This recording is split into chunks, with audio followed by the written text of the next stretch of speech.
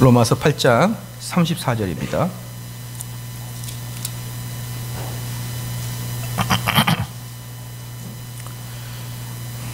로마서 8장 34절 다 같이 한 목소리로 읽겠습니다. 누가 정죄하리요? 죽으실 뿐 아니라 다시 살아나신 이는 그리스도 예수시니 그는 하나님 우편에 계신 자요 우리를 하여 간구하시는 자니시라. 아멘. 오늘은 하이델베르그 49문에서 52문까지를 하겠습니다. 제가 문을 읽을 테니 답을 읽어주시기를 바랍니다. 주보 맨 앞자리에 있습니다. 그리스도의 승천이 우리에게 주는 유익이 무엇입니까?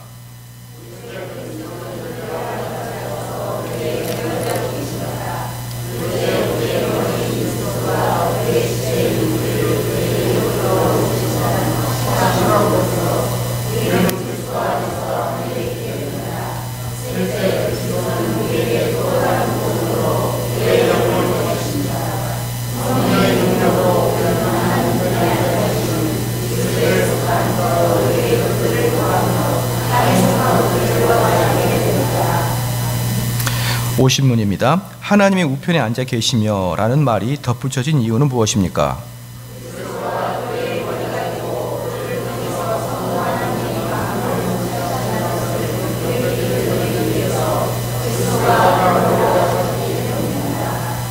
(51문) 우리의 머리가 되는 그리스도의 영광은 우리에게 어떤 유익을 줍니까?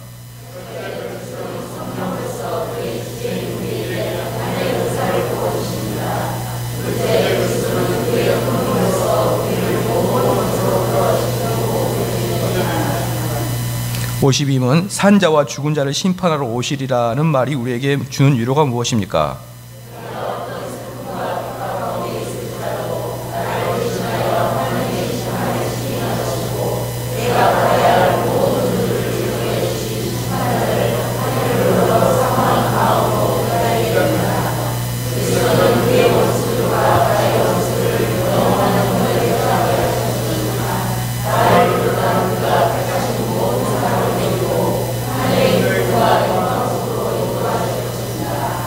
아멘. 오늘은 49문부터 52문까지를 통틀어서 설교를 하겠습니다. 지난주에는 49문을 중점적으로 봤는데 오늘도 49문을 좀 더 보면서 넘어가겠습니다. 여기 49문에 보니까요, 그리스도의 승천이 우리에게 주는 유익이 무엇이냐 이렇게 나와 있습니다. 그리스도께서 승천하시는 것이 우리에게 주는 유익은요, 하늘 아버지의 면전에서 우리를 위하여 친히 간구하고 계시기 때문에 우리에게는 유익입니다.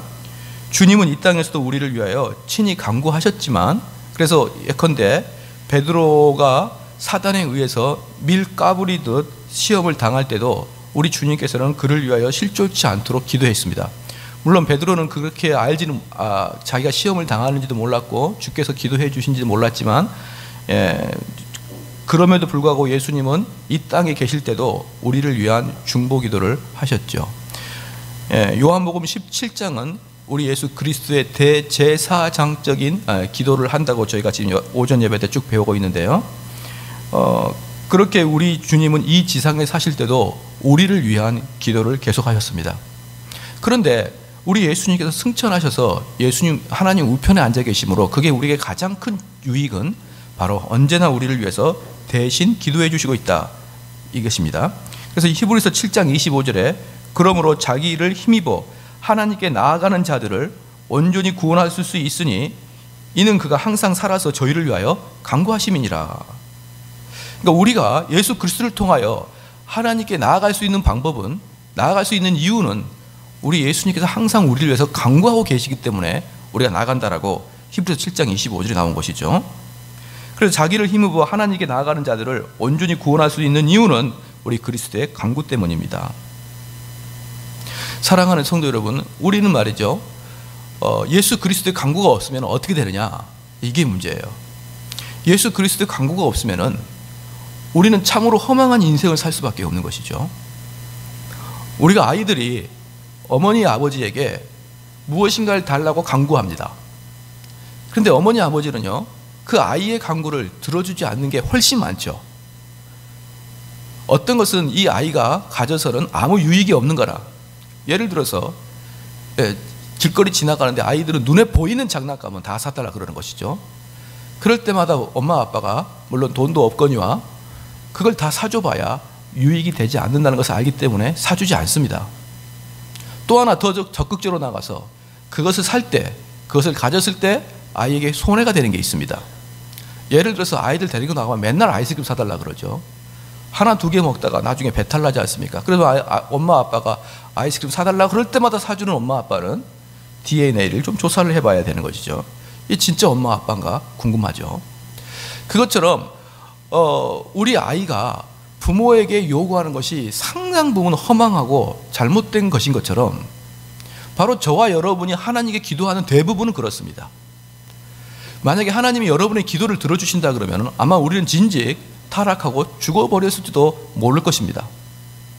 그러므로 우리가 우리의 구할 바를 알지 못하고 구할지라도 우리 예수님은 그걸 통하여 하나님 앞에 다시 구하는 것이죠. 우리 주님은 십자가에서 외쳤던, 하나님 아버지에게 외쳤던 저들이 저들의 죄를 알지 못하나이다, 저들이 하고 있는 것을 알지 못하나이다 라고 하나님께 그들을 변호했듯이 여전히 저와 여러분이 하는 행동과 하는 기도들을 하나님께서 기가 막혀서 야 아직도 제가 저렇게 기도하고 있느냐라고 할 때 우리 주님께서는 하나님 우편에서 아직도 쟤는 자기가 하는 바를 멀지 못하나니 그를 용서해 주시고 나의 공의를, 나의 예수 그리스도의 십자가에서 이루신 건 뭐라고 그러죠?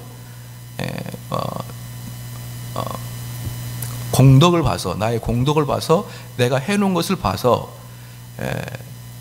우리 죄를 용서해 주십시오, 죄를 용납하여 주십시오, 나의 하는 그 공덕을 봐서 죄를 용납해 주십시오라고 우리 예수님은 지금도 저와 여러분을 위해서 그렇게 기도하고 있으신 것입니다. 이처럼 우리를 위해서 기도하실 뿐 아니라 사단이 우리에게 참소하는 것까지 변호하십니다. 로마서 8장 34절에 누가 정죄하리요? 방금 읽었던 것이죠. 죽으실 뿐만 아니라 다시 살아나신 이는 그리스도 예수시니 그는 하나님 우편에 계신 자요 우리를 위하여 간구하시느니라. 하나님 우편에서 우리를 간구하시는데 지금도 우리를 위해서 간구하시는데 특별히 마귀의 참소를 통해서 우리를 변호해 주시죠.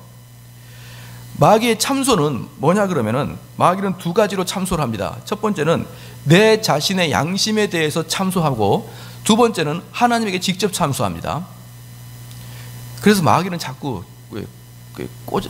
고자질하는 자들이죠. 유치원생들 보면 얼마나 그렇게 고자질하는지 몰라요.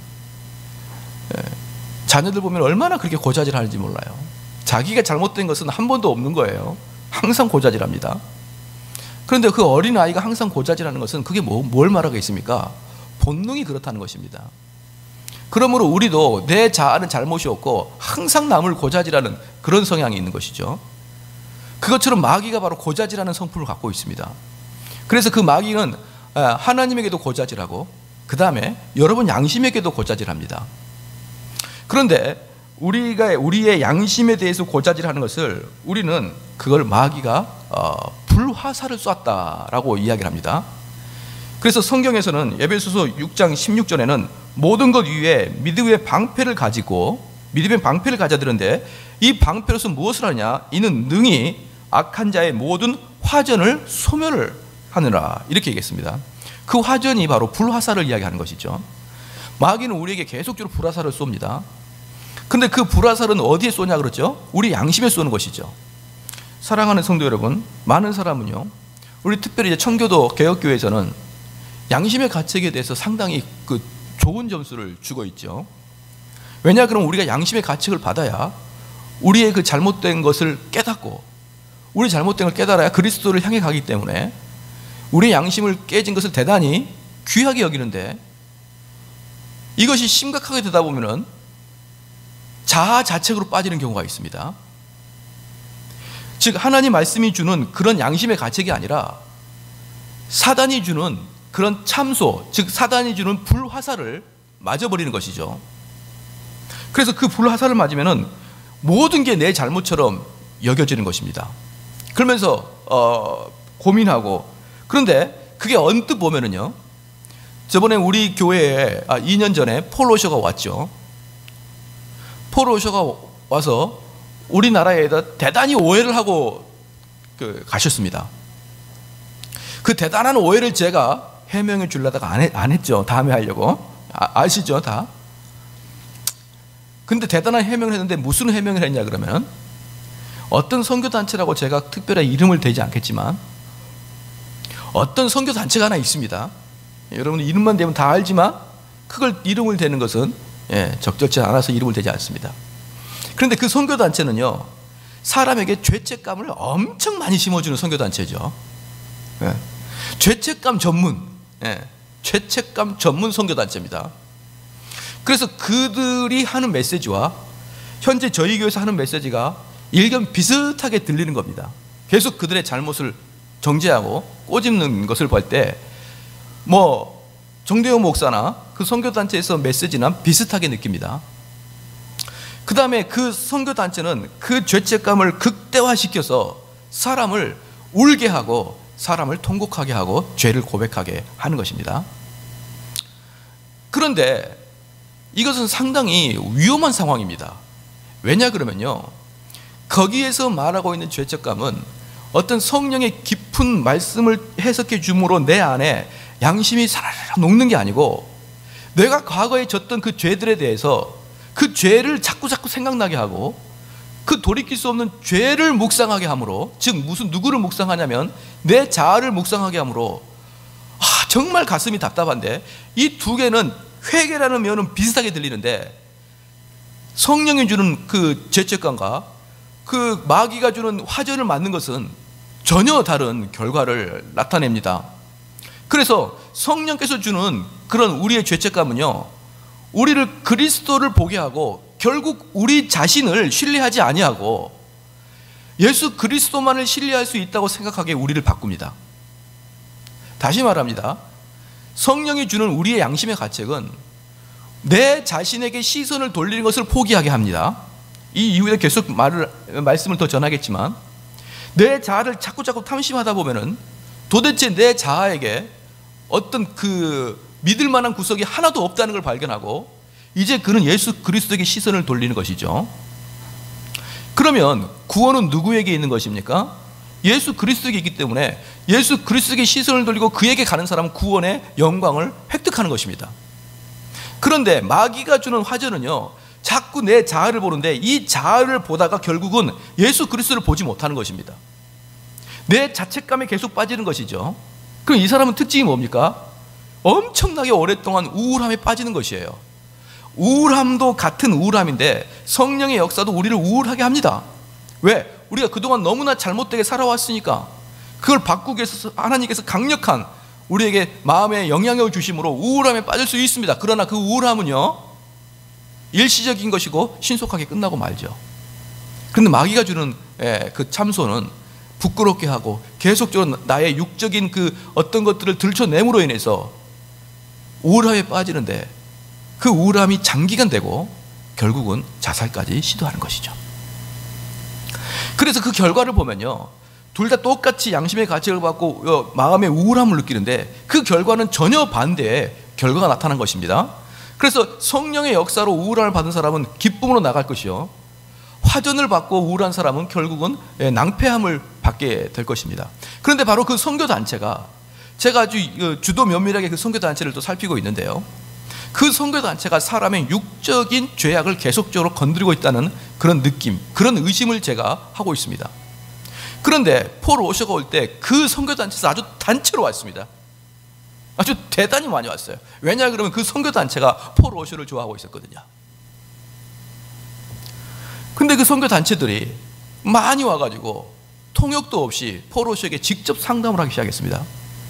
무슨 영어도 그렇게 잘하는지 몰라요. 절제를 못 시키겠어요. 뭘 하고 있는지 몰라가지고 진지한 이야기를 하고 있는 것 같은데 잘 모르겠어요. 그래서 계속 해라 이랬는데, 그들이 계속 이야기하는 게 눈물을 흘리면서 자기네 죄에 대한 괴로움을 계속 이야기했습니다. 그러니까 폴 오셔가 한국 교회는 율법주의에 묶여 있다고 오해를 하고 왔어요. 한국 교회에 대단히 큰 문제가 있다라고 이야기하는 것이죠. 그래서 나중에 포로쇼는요 메시지를 바꿨습니다. 우리를 위로의 메시지를 바꿔버렸어요 나중에. 왜? 너무나 많은 사람이 율법주의에 빠져 있다고. 그런데 우리나라는 율법주의에 빠져 있는 게 아니라 자유방임주의에 빠져 있습니다.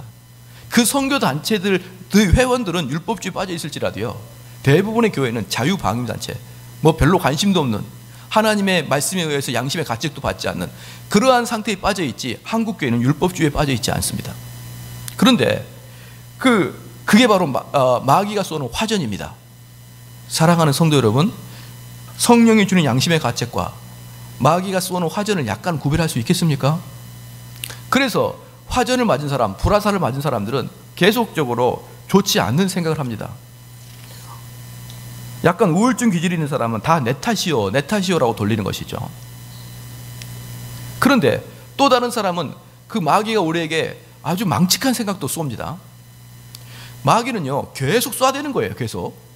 그러면 그게 하나 맞으면 그게 치명상입니다. 예를 들어서요, 내 머릿속에 옳지 않는 하나님에 대한 그 아주 경거망동한 생각을 쏘거나, 하나님 말씀에 전반적인 의심을 하거나, 또는 이 목회자가 말씀을 전하는 목회자를 의심을 하게 함으로 그 말씀이 반감되도록 하는 역할을 합니다. 더 나아가서 부정정한 그런 이성관을 생각하게 하거나 이런 것들을 계속 쏴대는 거예요. 무차별적으로 쏴댑니다. 그런데 여러분이 방패로 그걸 탁탁 막다가 어느 것 하나만 딱 맞아도요 이게 상당히 심각한 영향을 끼치는데, 사랑하는 성도 여러분, 내가 화살을 맞았습니다. 마귀가 쏘는 화살을 맞았습니다. 자, 죄입니까? 아닙니까? 시작. 이게 죄가 아닙니다. 우리는 이런 걸 죄라고 생각하는 경향이 있는데, 마귀가 쏘는 화살은요 내가 피해자지 죄인이 아닙니다. 그래서 여러분이 머릿속에 불현듯 정대호 목사에 대한 좋지 않은 생각이 떠오르거나, 더 나아가서 자기 스스로 머릿속에 옳지 않은 이성상이 떠오르거나 자꾸 그런 생각이 떠오르는 것은요 죄가 아닙니다. 예, 떠오를 수 있어요. 마음에 들지 않을 수 있습니다. 그런데 언제부터 죄가 시작되냐면 그것을 받아다가 내 마음에 품고 계속적으로 재생산하는 단계에 들어가는 거 죄예요. 그러니까 불현듯 그래서 어거스틴이 그렇게 말하죠. 참새가 머리 위로 지나가는 것은 괜찮지만 참새가 머리 위에 둥지를 트게 하는 것은 죄라고 이야기하는 게 똑같습니다. 우리가 불현듯 옳지 않는 생각이 떠오르는 것은 우리의 잘못이 아니에요. 그건 마귀가 우리에게 화전을 쏘고 있는 것입니다. 그런데 그것을 발전시키고 더 나아가서 그것을 음미하고 그것을 즐거워하는 것은 이미 죄악으로 빠져들어가는 것입니다. 사랑하는 성도 여러분, 다윗이 밧세바를 쳐다봤을 때 그 밧세바가 언제 그 다윗의 눈에 들어왔죠? 그 대낮에 목욕할 때, 순간적으로 수영할 때 이렇게 이야기하려고 그러네요. 수영할 때가 아니고 목욕할 때 다윗이 그 사라를 보고 마음에 음욕을 품었던 거죠. 그러면 다윗은 그 음욕을 품을 때까지는 괜찮습니다. 그것은 젊은 여인의 목욕하는 보고 음욕을 품게 하는 것은 마귀가 우리에게 주는 화전이기 때문에. 근데 그 자매를 콜링하는 것은 그때부터는 달라지는 거예요. 그때부터는 이제 그 죄를 재생산 확대시키는 것입니다. 사랑하는 성도 여러분, 우리는 이렇게 생각할 수 있어요. 이미 머리로 지은 죄, 우리 예수님 말씀에 너무 순종해서 이미 마음으로 지은 죄, 에이라 모르겠다, 다지자, 뭐 이렇게 생각하는 경우가 있어요. 불현듯 마귀가 다윗을 통해서 그 밧세바를 쳐다보게 하고 음욕이 들게 하는데, 그날 밤에 다윗이 어땠을까요? 그 음욕을 품고 즐거워하는 마음으로 상상을 했을 것입니다. 바로 그때부터 죄입니다. 그때부터. 그런데 그 화전을 쏘는 마귀가 우리에게 화전을 쏘고 나서 우리가 그 생각을 재생산할 때 하나님께 고자질합니다. 보십시오. 제 보시라 이 말이에요. 제 마음에 품고 또 이상한 생각을 하지 않습니까? 라고 우리 하나님에게 고자질할 때 예수 그리스도가 대언해 주신다 이 말이에요. 할렐루야. 여러분 위로가 되십니까? 안 되십니까? 위로가 된다고 막 또 죄를 짓고 그러는 게 아니죠. 우리 주님께서 뭐라고 한번 상식적으로 생각을 해보십시오. 우리 주님께서 하나님에게 뭐라고 대언할까요? 하나님, 아버지, 저 녀석이 하나님 말씀을 섬기고 살아가고 싶은데 육신이 연약함으로 저 녀석이 완전히 하나님 말씀을 지키지 못했나이다. 하나님 용서해 주세요. 이렇게 대언하지 않겠습니까? 그런데 대놓고 죄 지면서 뭐 대용서해 주니까 뭐 다 대언하니까 그럼 우리 예수님께서 뭐라고 대언을 해줄까요? 그러므로 우리는 그 말씀을 듣고 아이고 좋아라, 이제부터는 죄를 마음대로 짓겠다라는 마음을 유발시키는 게 아니라 우리의 연약함을 알고 우리 예수 그리스도의 승천하심, 승귀하심에 대해서 여러분 감사하고 감동하고 감격해야 된다는 것을 꼭 믿기를 주의 이름으로 축원합니다.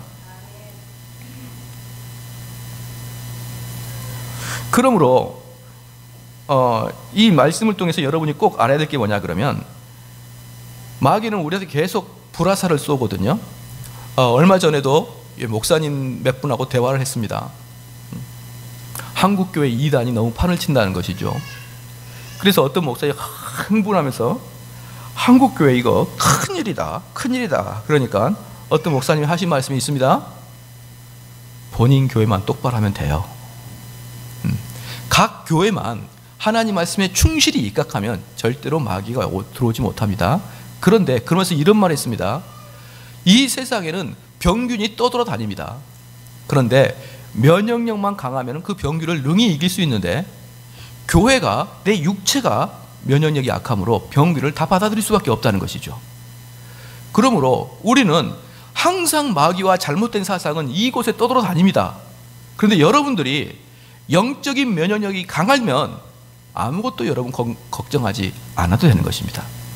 그게 바로 깨어서 기도하는 모습인 거예요. 깨어서 기도한다는 것은 맨날 눈 뜨고 있는 게 아닙니다. 깨어서 기도한다는 것은 그 개그 콘서트 나오죠. 촉 좋아 이거죠.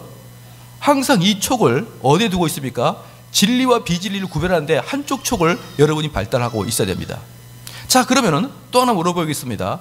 옳고 그름을 판별하기 위해서는 무엇이 기본이 돼야 되겠습니까? 그렇습니다. 하나님 말씀이 기초가 되어야 되는 것이에요. 그러므로 결국은 하나님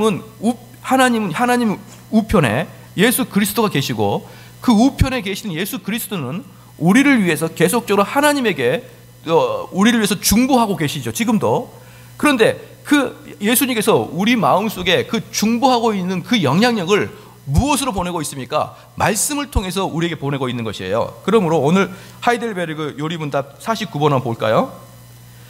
그 답은, 그리스도는, 답을 보겠습니다. 그리스도는 그의 아버지 앞에서 우리의 대언자로 계시고, 둘째로 우리 머리인 그리스도가 그의 지체인 우리를 그에게로 이끌어 올리신다는 확실한 보증으로서 우리는 그리스도 안에서 하늘에 있게 됩니다. 이건 지난주에 했기 때문에 지나가겠습니다. 셋째입니다. 그리스도는 우리에게 또 다른 보증인으로 그의 영을 보내주십니다. 봐보십시오. 하나님께서는 우편에서 우리를 대언하십니다. 그리고 우리를 위해서 누구를 보내주십니까?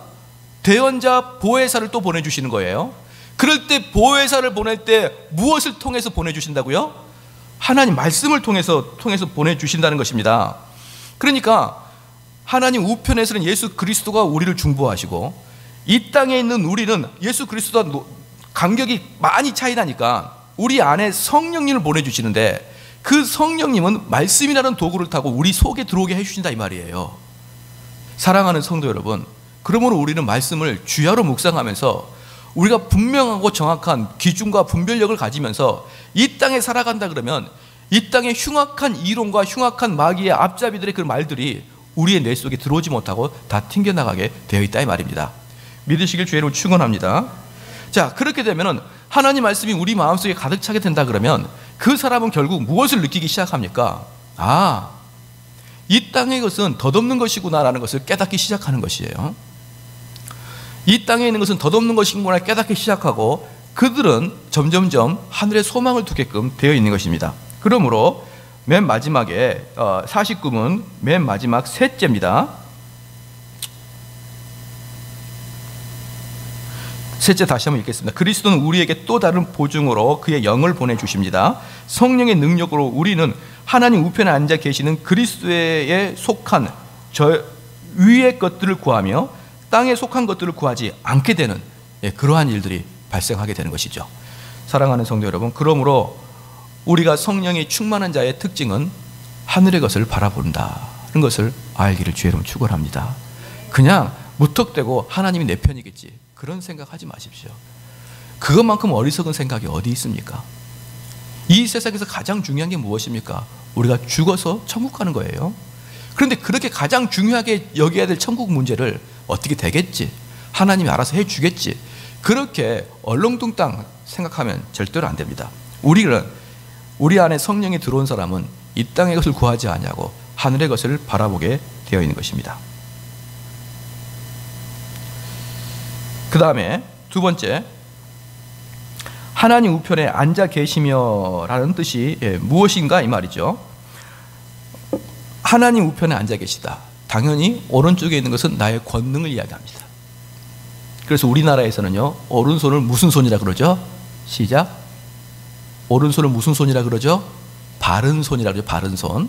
그래서 동양이나 서양이나 동서고금을 통해서 너 내 오른팔이야, 이것은 너는 내 권세야, 이 뜻이거든요. 그러면 여기에서 오신문에서 하나님 우편에 앉아 계신다, 이 말의 뜻은 무엇이냐? 우리 예수님이 하나님 우편에 딱 의자가 있어서 이렇게 앉아있는 형태가 아니고 하나님의 권세를 가지고 이 세상을 통치하시고 이 세상을 지배하고 계신다, 이 말이에요. 그러면 한번 물어보겠습니다. 우리 하나님이 이 교회를 다스리고 지배하는 걸 믿으십니까? 좀 더 크게요. 시작. 아멘이죠. 또 하나 묻겠습니다. 하나님께서 저 악한 사람들을 지배하고 계시는 걸 믿으십니까? 예, 아멘입니다. 하나님 우편에 앉아 계신단 말이 무엇이냐 그러면 우리 예수님께서는 교회와 세상을 능히 다스리고 계신다, 이 말이에요. 그러니까 교회만 다스리거나 교인만 다스린 게 아니라 모든 사람을 다 다스린다, 이 말입니다. 그럼 한번 물어볼게요. 이 세상이 교회를 핍박합니다. 이 세상이 교회를 잡아먹으려고 그럽니다. 이 세상이 교회 다니는 사람들을 죽이려고 그럽니다. 비아냥거립니다. 자, 두렵습니까? 안 두렵습니까? 시작. 시작. 예. 이번에 뉴스를 보니까 9호선 봉은사역을 봉은사역이라고 하지 말고 다른 걸로 바꿔달라, 기독교 단체가 이야기를 했습니다. 그랬더니 그 댓글에 이런 나쁜 개신교 이렇게 막 하는 거예요. 그래서 제가 한번 물었어요. 거기 저도 댓글 달아요. 때에 따라서 기분 나쁠 때는. 한때는 뱅뱅 사거리를 칼빈로라고 하자고 했던 거 기억나십니까? 야, 기억이 안 나나 본데 통 관심도 없어요. 칼빈로, 켈빈로라고 질려고 그랬어요. 저도 좀 어색했습니다. 그게 그렇게까지 할 필요가 있나? 을지로 있고 충무로 있는데 켈빈로 좀 이상하잖아요. 그런데 그것을 주장했다가 전국적으로 된통 혼나고 없던 걸로 했습니다. 뱅뱅 사거리를 칼빈로로 하자 그랬어요. 얼마나 그 의미가 있습니까? 그래서 제가 거기다 댓글을 달았어요. 뱅뱅 사거리를 칼빈으로 하면 좋겠나 그랬더니 뭔 쓰잘데기 없는 소리냐만 그 댓글도 다 달렸어요. 즉 특정 종교 불교에 대해서는 너무나도 관대하고 특정 종교 개신교에 대해서 너무나도 비참하게 우리를 공격합니다.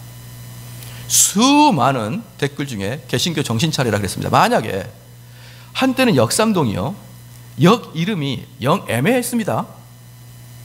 그래서 어떤 것이 한번 시도가 된 적이 있었냐면 역삼동에서 제일 멋지고 아름답고 전통 있는 건물이 있죠. 무슨 건물입니까?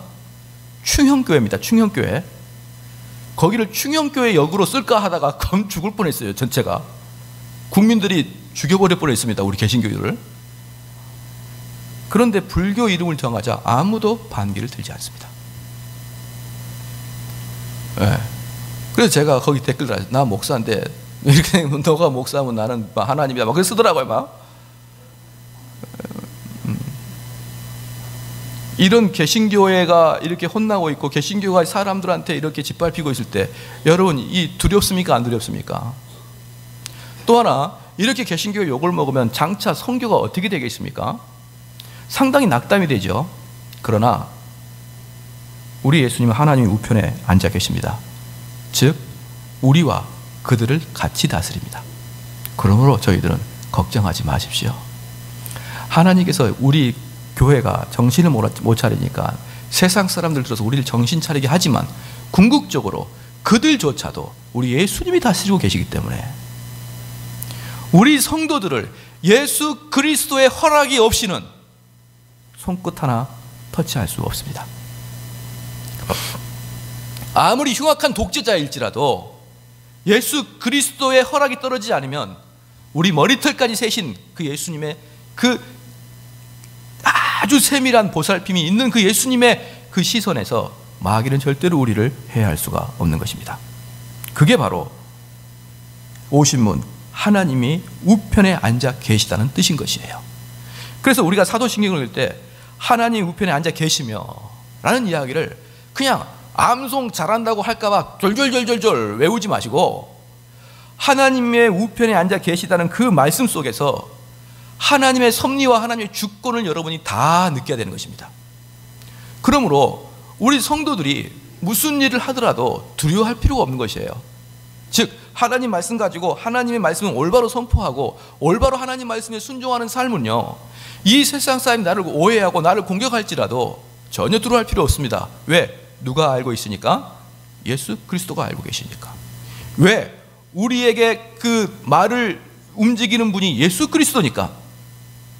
우리가 지금은 한국교회에서 이런 곤란함과 어려움을 당했다고 치지만 우리 하나님은 이것을 얼마든지 역전시킬 수 있고 우리 그리스도인들이 회개하고 돌아섰을 때 이 나라가 한국교회를 다시 인정하는 그러한 시대가 올 것인 걸 저는 믿습니다. 그래서 저는 많은 교회를 사람들이 핍박하고 사람들이 손가락질할 때 저는 하나도 두렵지 않습니다. 물론 선교가 되질 않죠. 전도가 잘 되지 않죠. 그러면 전도가 잘 되지 않고 선교가 잘 되지 않으면 무엇이 유익이냐? 교회에는 참된 성도 외에는 다른 사람 남지 않아요.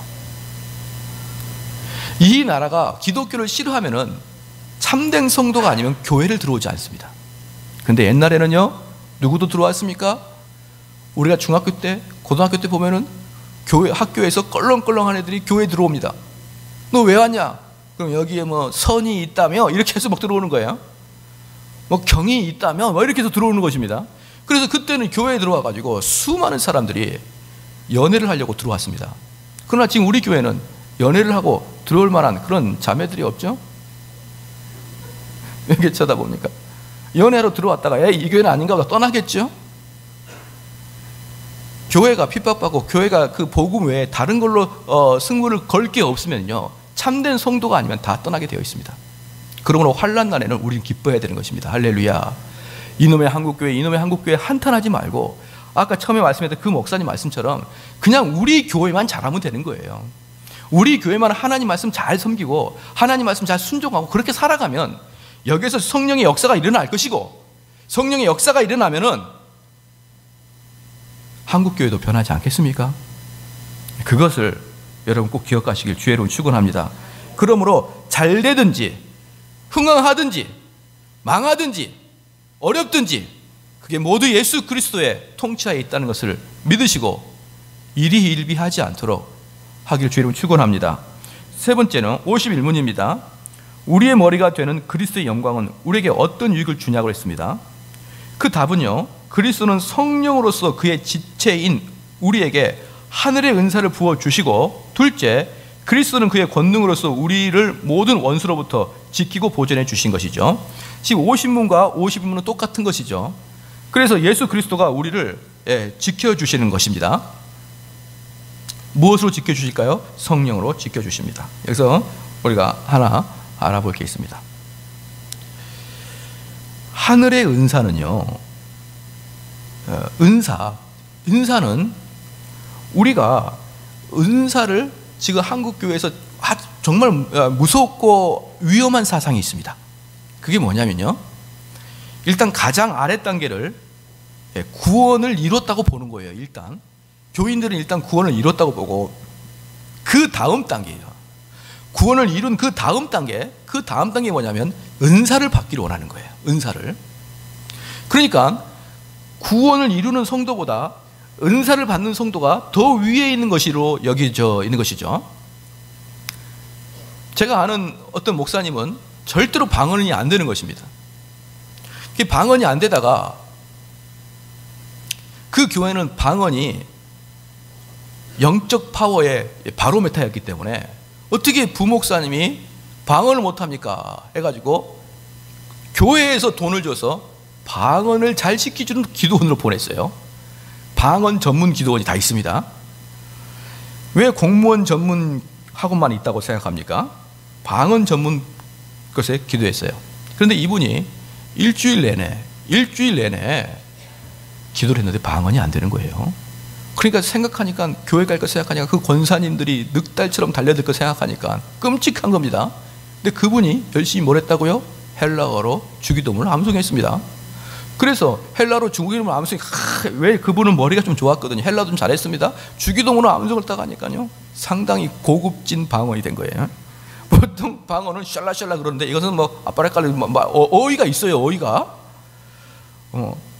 그런 게 있습니다. 그래서 그 교회는 특이한 게, 이제 우리 부목사님 방언 받았는지 한번 시험해 보려고 앞에 나와서 기도를 시켰습니다. 그랬더니 우리 부목사님이, 그 부목사님이 쫙 방언을 헬라어로 주기도문 딱 외웠습니다. 그랬더니 권사님들이 너무 아름다운 방언이라고, 너무너무 우리 목사님이 이제 드디어 영적인 권세를 얻었다고 하면서 주기도문을 쫙 그 헬라어로 번역하고 끝나니까 권사님이 너무 좋던데, 너무 좋아하던 권사님이 그 목사님께 와가지고, 목사님, 전 통역의 은사를 받았어요.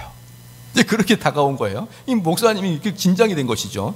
통역의 은사를 받았다는데 무엇이라고 그럽니까? 그랬더니, 목사님 기도 속에 여자 조심하라고 그럽니다. 이랬더니 여자를 조심하고 물질을 조심하라고 그 기도 속에 들어있으니 목사님은 꼭 그렇게 하시길 바랍니다라고 통역을 했다는 것이죠. 그런데 저는 그런 우스갯소리를 여겼는데, 이번에 아르헨티나에서 재밌는 일이 있었습니다. 아르헨티나 재밌는데, 거기 아르헨티나 보면은 현지 전도사님이 있습니다.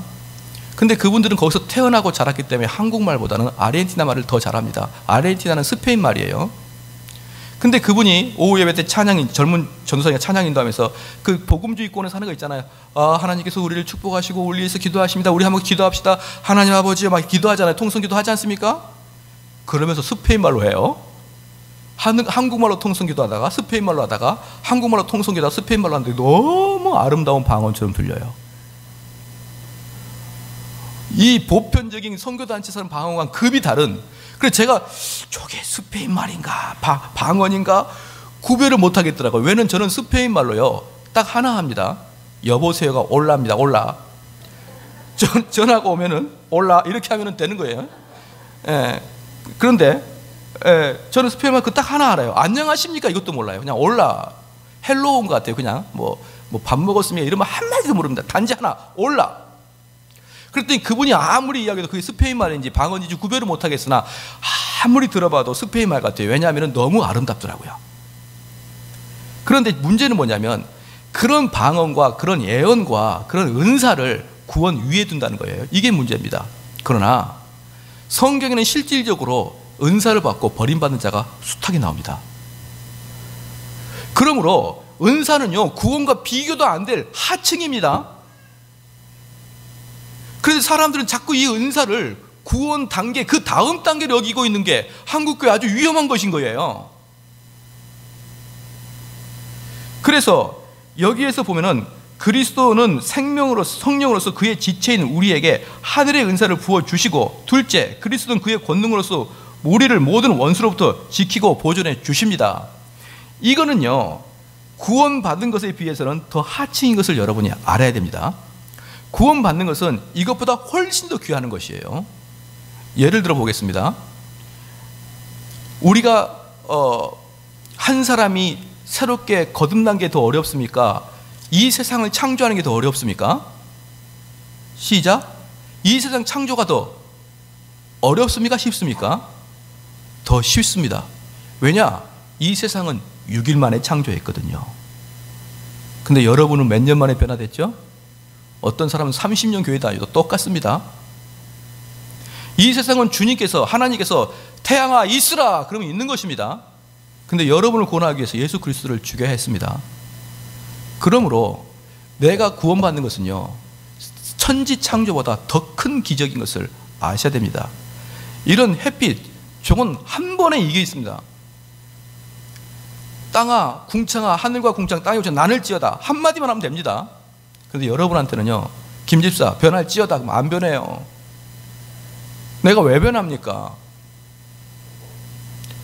집사 마음을 열어라. 마음 이미 오래전에 쇠때 닫아서 안 열려요.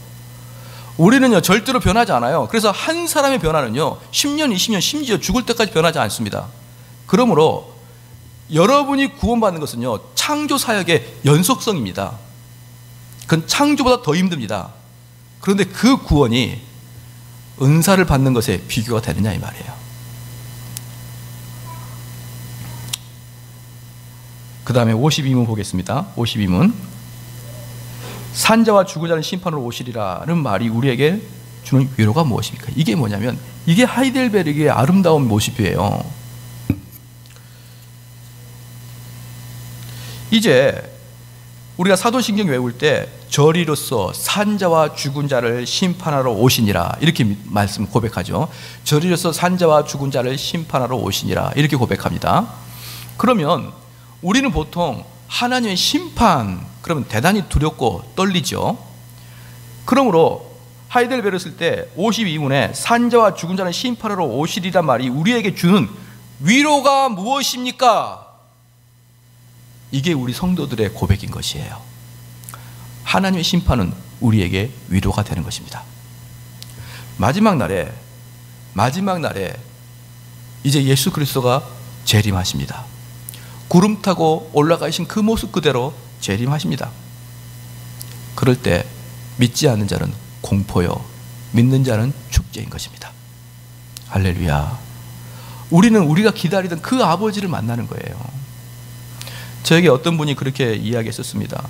목사님, 누가 저한테 질문했는지 아마 여기서 질문했는지 누군지 모르겠지만 이렇게 질문했습니다. 목사님, 우리 그 개신교 사람들은 특별히 아까 제가 오전 말씀에서 설교했지만 가난한 자와 연약한 자와 그들과 같이 하지 못하는 것에 대해서 너무 이기적인 게 아니냐, 우리 개인의 영혼, 개인이 구원받는 것 이것만 생각하는 것 너무 이기적인 게 아니냐 이렇게 물어봤어요.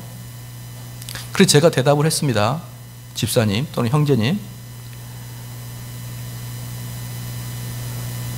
우리 하나님은 우리 아버지죠. 우리 하나님은 우리 아버지입니다. 그럼 아들이 아버지 보고 싶은 게 이기적입니까? 왜 그렇게 이상적으로만 이야기합니까? 우리 아버지 보고 싶어 내가 멀리 비행기 타고 아버지 보러 가는 게 이기적입니까? 추석에 아버지 만나러 손꼽아 기다리면서 아버지 만나러 가는 게 이기적이냐 이 말이에요. 그런데 왜 우리가 하나님 만나고 싶어하고 왜 우리가 천국 가고 싶은데 그게 이기적입니까? 그것은 합리적이고 지극히 정당한 것입니다. 그러면 우리가 그렇게 기다리던 우리 아버지를 만난 그 마지막 때에 우리는 위로가 되겠습니까? 슬픔이 되겠습니까? 위로가 된다 이 말이에요. 한번 보십시오. 우리가 그 성춘향 이야기를 보십시오. 계속 학대 당하다가 마지막에 이도령이 아맹어사요 라고 출두할 때 그들은 다 해방을 받는 것이에요. 하지만 변사또는 죽게 되는 거겠죠. 우리가 이 땅 살아갈 때 억눌림을 당하다가 세상 사람들은 우리를 공격하고 세상 사람들은 우리를 비아냥거리겠죠. 그런데 마지막 날에 예수 그리스도가 오는 것은 우리의 모든 것을 다 억울함과 눈물과 한숨을 걷어가는 그 시간이 되지 않겠습니까? 그러니까 하이델베르크는요 그 날을 위로의 날이라고 이야기하는 거예요. 할렐루야. 우리는 아버지와 같이 지냈던 그 시간이 너무너무 아름다워요.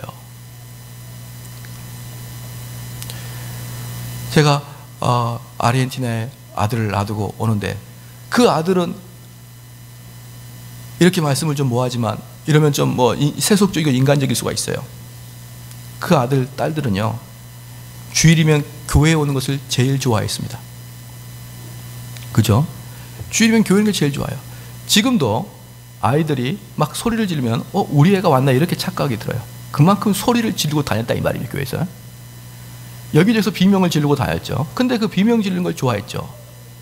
그래서 이 주일, 특별히 이 주일을 너무 사랑한 나머지 주일만은 손꼽아 기다렸습니다. 그런데 아르헨티나 가서 제일 슬픈 날이 주일날이에요. 아침에 교회 딱 가려고 그러면은 우리 교회가 아니네 이렇게 생각이 드는 거죠. 그 다른 날은 별로 눈시울을 붉히지 않은데 주일날 아침에는 애들이 우울해지는 거예요. 그 마음 속에는 계속 본향을 생각하는 거겠죠. 그 마음은 계속 아버지 집을 생각하고 있겠죠. 마찬가지로 우리도 본향을 생각하는 사람들은 언제 가장 울적하냐 그러면요, 이 땅에서 즐거울 때가 울적합니다. 왜? 그 아름다운 본향이 더 생각나기 때문에. 그런 말 있지 않습니까? 고아들은 언제가 가장 슬프다? 명절 때가 슬프다. 모태솔로는 언제가 제일 슬프다? 크리스마스 이브 때가 제일 슬프다. 그래서 모태솔로는 전국에 크리스마스 이브를 없애자는 운동을 벌이겠다. 그죠? 기쁠 때가 슬픈 거예요. 기쁠 때가 슬픈 겁니다. 그러므로 우리는 하나님 아버지를 만나는 그 기쁨이 너무 큰 나머지, 그 만나고 싶어하는 마음이 너무 큰 나머지 이 땅에서 기쁠 때가 울적한 거예요.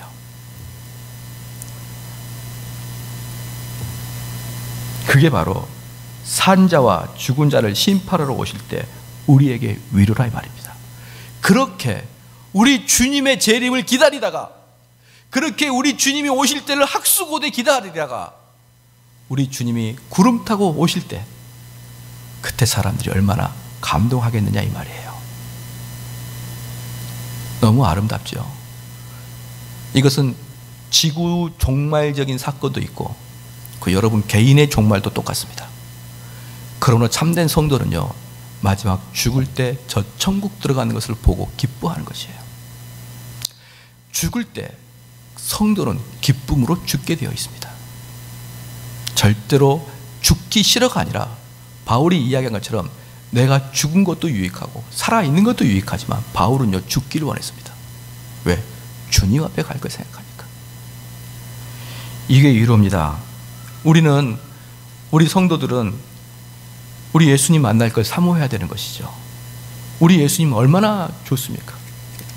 우리 아버님 만나러 가는 것처럼, 우리 어머니 만나러 고향 가는 것처럼 우리 하나님 만나러 본향으로 들어가는데 얼마나 아름답냐 이 말이에요. 그러므로 마지막 우린 죽을 때 잠깐 헤어짐에 대한 슬픔은 있을지라도 그 죽음 때문에 우리가 영원히 슬퍼하거나 죽음 때문에 영원히 낙담하는 그러한 자가 아니라 곧이어 하늘의 소망이 불일 듯 일어나는 그러한 자가 되길 주의 이름으로 축원합니다.